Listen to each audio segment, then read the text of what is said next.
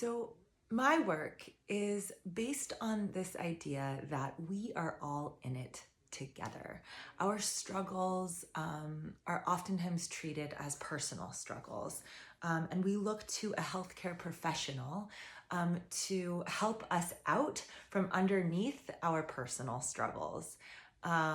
Oftentimes a therapist who we pay, whose job it is to like extricate us so that we can feel better and function in our lives. Nothing wrong with that. I have a therapist. But there's also a way that I believe that we're all in it together, that we can actually help each other out from underneath that because we all have been affected by the ancestral hurts, our childhood hurts, the woes and the tensions and oppressions of our society, and kind of the struggle of just being alive existentially. We're all up against really similar things, and I am really interested in normalizing that narrative. And what would it look like that instead of necessarily pathologizing it and looking to someone to help us out, if we were to turn toward one another and to help each other out from underneath the rubble of our struggles. And I really view mental health, our personal mental health, not as trauma work, as healing work, or as therapeutic work, but as liberation work. We are trying to restore a sense of reality in our lives and in the lives around us. What is the reality of a human being? The reality of a human being is that we are born, all human beings are born completely good. I mean good, not in this moral way. I mean good, like trees are good, like grass is good, a benign reality of goodness. Human beings are also born deeply connected. We're born zestful, creative, and actually quite relaxed. And we're born with a flexible intelligence, an ability to respond to whatever life throws our way with a certain level of relaxed amusement. Like, oh, interesting. That we have this vast capacity to respond flexibly to instances as novel and unique as each one is novel and unique. Anytime there's something other than kind of a relaxed curiosity of like, oh, interesting in a certain circumstance, that's actually information that we've been hurt in some way, that there's a rigidity in us that is causing us to respond in a patterned way, like, oh, no, we just don't do it like that. Or, no, I'd rather not, right? And we see adults take on these shapes, right? Where we like get kind of weird. That's not actually the reality of the inherent human being.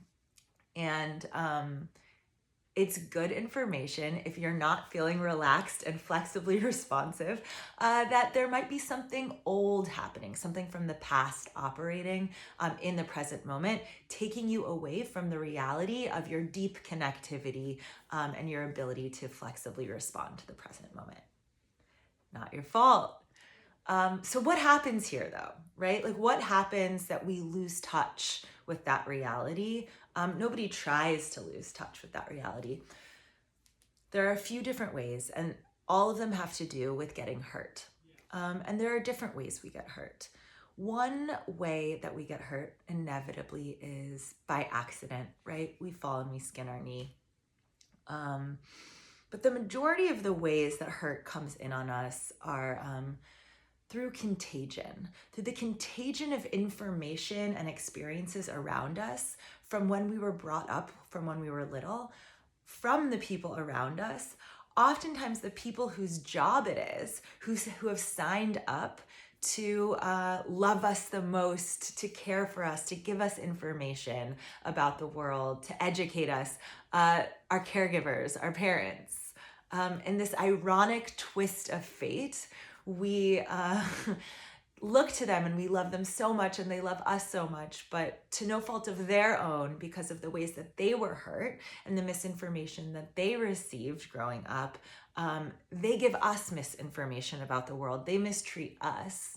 And we get really confused. And this is actually where the majority of hurts come in for most people. Our parents respond irrationally to us. They punish us, they isolate us, they shame us. We try to have our feelings and they say, go to your room, or they maybe even hit us. And it's confusing. And it's painful because we love them so much, and because they weren't allowed to feel their feelings and they weren't given necessarily all the information about the world that makes sense. They give us their picture of what the world looks like. And interestingly, as young people, we're very sensitive to what feels right and what feels wrong. If we see our parents kissing, it stores in a good way. We can really understand it in bits and pieces of the goodness. But if we see our parents fighting, we as young people know that something's wrong. It stores differently. We get stuck and it's hard to think. And so it's not just that we're blank slates and that this information comes in and we metabolize it all the same. When pleasant things and things that make sense to the world come in, we store them correctly. And when things that don't make sense come in, for example, being told we're wrong for having big feelings or getting kind of punished arbitrarily when we're young, it stores differently. We get that something's off and our bodies don't quite compute it in the same way. So we get hurt by accident. We get hurt through the contagion of mistreatment and misinformation around us. And then we also get hurt by the misinformation in the larger world.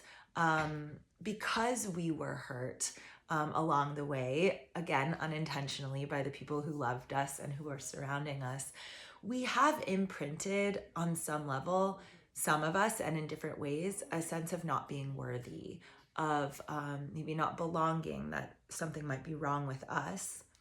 So then when we're told misinformation about other people or other groups of people, we are susceptible to believing it because on some level, we feel that about ourselves. And this is where the contagion of oppression comes in, the misinformation about other groups of people. Not your fault. It's everywhere. It's in the water. All of us drove by, billboards of Victoria's Secret models, or I have a story where somebody who wasn't from my culture walked by a car that I was in and the adult next to me locked the door. And that gave me a lot of information that, that group of people might not be safe. I was 10 years old. How was I supposed to know? And nobody explained to me what was going on. And the truth is that the adult who locked the car door had, racism and was operating from her assumptions about the world. And as a 10-year-old, that was a lot of information about who is and isn't safe. And it was inaccurate. It wasn't true because people are people. Groups of people are not threats. So we just get really confused. And this gets in the way of that reality, of our deep connectiveness, of our flexible intelligence, because we get hurt. And when information that doesn't make sense stores, it actually gets in the way of our vast intelligence because we're confused and the body can't quite compute it. Well, there's a way back. And this is really the work that I'm here to teach. There's a way to recover this reality. Certainly understanding this information is supportive, but there's a way that all human beings have a natural built-in faculty to reclaim our minds. This is through the offloading of tensions in the body that happened when those hurts came in back then. So back when a hurt happened, whether it was in your direction or you watched it happen or you saw it around you, that information stored in the body as a tension and is getting in the way of your intelligence. We get to go back and offload the tensions from back then. And we do that through laughing, crying, shaking, yawning, sweating, trembling, sometimes talking. You may have experienced this before. You're in an intense conversation, your hands are trembling, you're sweating, your heart is racing. Or if you're lucky enough to have had a really big cry, and afterwards you're like, oh, okay, I feel better, right? Like, okay, oh. And nobody teaches us better than the young people in our lives, right? A young person, they're very justice oriented. She got a bigger piece of cake than me, right? And they will just offload the tension in present time because they haven't gotten it trained out of them. They haven't been, disincentivized to cry, right? When we cried when we were younger, we got told, no, don't cry, or boys don't cry, or man up, or if you're gonna do that, you need to go to your room, or here, watch this TV show, or if you stop crying, I'll give you candy, right? Like everyone around us really tried to shut that down. And that's a larger conversation for another time about what has happened historically, that so many cultures have internalized the messaging that crying, shaking, trembling, sweating are actually bad, shameful things that are harmful for the human being, when in reality, they're actually what lead us to healing. And so yeah, we see this in young people, right? They'll be like, whoa, whoa, whoa. They'll really go for it. And then it's like a weather pattern. They'll be like, look at my watch. Can I have a snack? Right? And they go back and forth in and out of both feeling their hard feelings and noticing that everything is okay in present time. And they do this until they feel better. And you'll see a young one just tantrum and, completely sweat and shake and cry profusely as if the world is ending. And 2 minutes later, they're playing cooperatively with their toys and all is well in the world. Well, we are no different. We have just as adults, we have just had that capacity trained out of us so many times that we don't do it anymore. And there are good reasons we don't do that. It would be really difficult to have a society in which we had a meltdown at, a tantrum at the grocery store, like, they don't have my mustard. It would get in the way of the day-to-day. And in fact, because of the misunderstanding of our society about that, the confusion that these things are dangerous, they actually are then dangerous in our culture.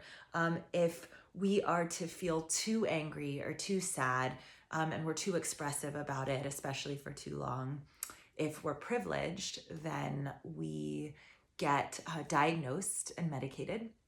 And if we are not privileged, well, we get put into the prison system. So it's actually not a safe thing to do in our culture, except oftentimes in private, alone, and even then, we really do everything we can to feel anything but those feelings. Lots to say on all of the different strategies and incentives we have in our culture to not feel our feelings, when in fact, this is the way through to the other side to get back to that reality of deep connectivity and relaxed, flexible intelligence. There are lots of ways to get there. The way that I believe is the biggest contradiction to our isolation and feeling alone with ourselves is doing this with other people. Oftentimes when those hurts came in when we were younger, we were left alone with our feelings. We cried in our room, or nobody was really there to listen because we weren't allowed to have those tantrums or those sessions where we cried when something didn't feel right. And so we're not accustomed to allowing ourselves to feel that way. Some of us do it alone, but most of us will medicate through sugar or television or taking, antidepressants or alcohol or drugs or profuse exercise or denial or caffeine. There's just a million and one strategies. We tried to do anything but feel those feelings when that's the liberation. And it's what brings us back to ourselves. It's what brings us back to each other. And it's something that we have to reorganize within ourselves, both being given the permission to do this, but also to create a culture that both normalizes it and maybe even celebrates what it could be if we lived in a world where feeling our feelings was really genuinely considered part of what it meant to be alive. Therapy's amazing. I'm all for therapy. I have a therapist, but I really see therapy as something like eating out, right? We pay hundreds of dollars a month if we're lucky, right? Maybe we go to therapy once a month or twice a month if we're like really, really, rolling in it. Maybe we go once a week. But here's the thing about feelings, if you haven't had them before, which obviously you have, is that they're just kind of happening all the time. We need to eat every day. And part of why I'm a really big proponent of peer counseling is that we can set up our lives in a way that we can have other people who understand how to do this with us on a regular basis. We can have, what's it called? Like a dial, a speed dial, or a Rolodex, that's the word, of folks from our lives who understand how to counsel us, right? If we learn the skills and the tools of how to do this with one another, we can set up our lives when we learn these tools to not have to wait to pay somebody to do that, but to find other people to process with us. There is nothing wrong with doing this work alone and feeling your feelings on your own and sitting with that discomfort. I encourage it. And the biggest contradiction to the isolation and the loneliness and the way to really move it through is to be in deep connection. And this is seen in culture after culture. I don't know any indigenous culture where people go off and process their feelings alone on a regular basis. There are ritual and practices of group grief ritual. And in our culture, there is not that. And so creating places and ways to do that allow us to return to the reality of our deep connectivity, of our zestful, creative, relaxed selves. This is the work that we offer and that I am offering. And I do this in a variety of different ways, through group work, one-on-one, but mainly within the context of community. So more on that another time. If you're interested and you want to learn more about joining a class or get a one-on-one demo, please be in touch with me, and I'd love to share more about how we get there.